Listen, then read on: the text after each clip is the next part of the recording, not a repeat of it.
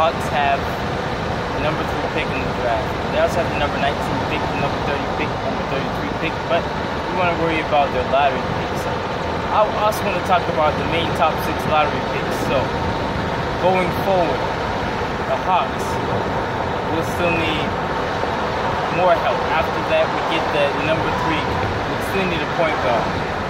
And one reason why I'm saying point guard is because you can't really get a lottery pick at least sort of in the top 3 and get a point guard at the same time. Because Trey Young, we have to probably go number 6 for him. So that's why I see Trey Young probably, we end up trading Shooter for Trey Young, you know, with the Orlando Magic. It's a brutal reality, but I just think we'll probably end up taking Trey Young. He's Stephen Curry as it, man. I've seen it. But going back to those top 3 picks, this is very important that I tell all of Atlanta this. Okay? Look, Marvin Bagley is a great scorer. He averages 21 points per game in college, man. That's great. 21 and 10. But another thing you want to pay attention to is the fact that he's doing it up against college people. Now, look. Sometimes the more easy to get, sometimes the more, you know, people might feel like they're doing enough maybe to score 20 in the NBA game. Now, score 20 and average 20 are 2 different things in the NBA. So honestly, to me, it would appear as seeing footage of Marvin Bagley III and then seeing other prospects, I would take him last. A lot of people would say I would take him first in the draft. I'm not saying like, I have like 5 other options I would choose before Marvin Bagley for that number 3 pick. I'm just saying. And that's not his fault. He's a great player, but I wouldn't overrate him so fast, and it's because of the pace of the NBA game. His size wouldn't be big enough for a center, power forward. Again, I think the skill level isn't there yet. But in terms of defense, he isn't as good as Mo Bamba and Jaren Jackson Jr. Now, Jaren Jackson Jr., you know, for me, he is my pick. See, Mo Bamba defensively is probably just as good as Jaren Jackson Jr., but the difference is offense. Now, they both have a very polished, not very polished offense, I want to say. But they all shoot threes, you know. But the main difference here is the fact that Jaren Jackson has actually sort of a small sample size in terms of minutes and in shots. And still, he has a higher percentage. So, all in all, for Jaren Jackson, you only see that he averages about 10.9 points. And that's around to 11 points. And compare that to 21 points per game, you're like, well, you know, why would you draft a guy who's averaging 11 points per game over a guy that's averaging 20 points per game? Defense. Whether it's 1.9 blocks per game or something, you know, it's not just the stats. You gotta watch the prospects. I mean, I didn't actually watch the games themselves, but I've seen the weaknesses and strengths video from the scouting YouTube channel. I don't know, I post a link in that. But the point is this, you know. For me, Mo Bamba he's not as mobile as Jaren Jackson. Jaren Jackson has more mobility, slightly more athleticism and speed in terms of that. But Mo Bamba, in terms of, you know, really scaring the competitors, just his size alone, his wingspan alone, it's about like 7 feet 10 inches wingspan.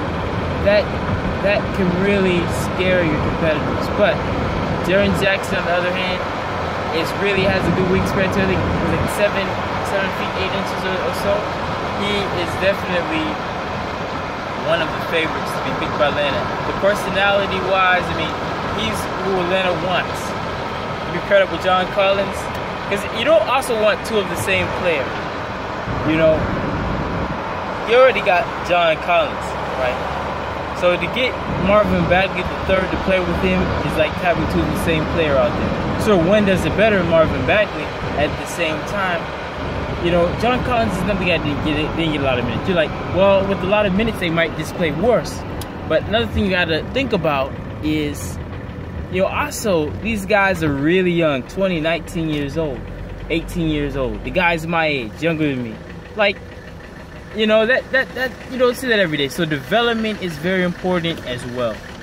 All in all, I have to give the Jaren Jackson, Marvin Bagley, and even Michael Porter Jr. You know, Michael Porter Jr., if he wasn't injured, I might consider him.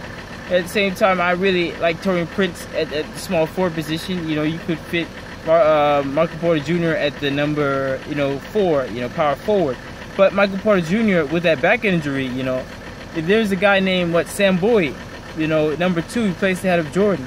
He was doing good in college until, he got that injury. So, injuries for, drafting players, they're no-nos. Stay away from them all the time. I know the name value. I know the fact he's coming, number 2 prospect coming out of high school, right?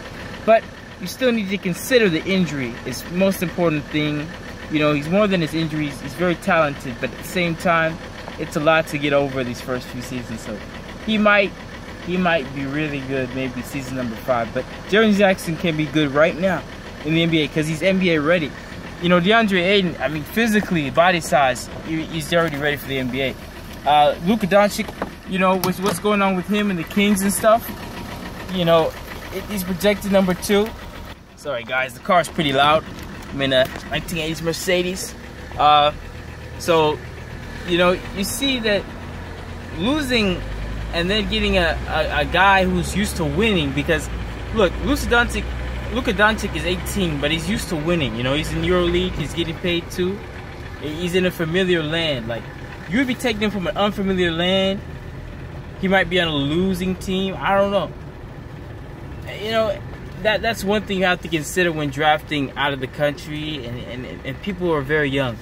So it's definitely a different environment. He might not be ready legit for the USA in general. So it might be a good thing that he stays another year there. Hones his talents even more. For Luka, I think he might really have to even exit out of the draft. But worst thing comes to worst, I don't think he wants to go to Sacramento anyway. It's not their fault, I think he wants to experience the big city life. I say he goes to Atlanta.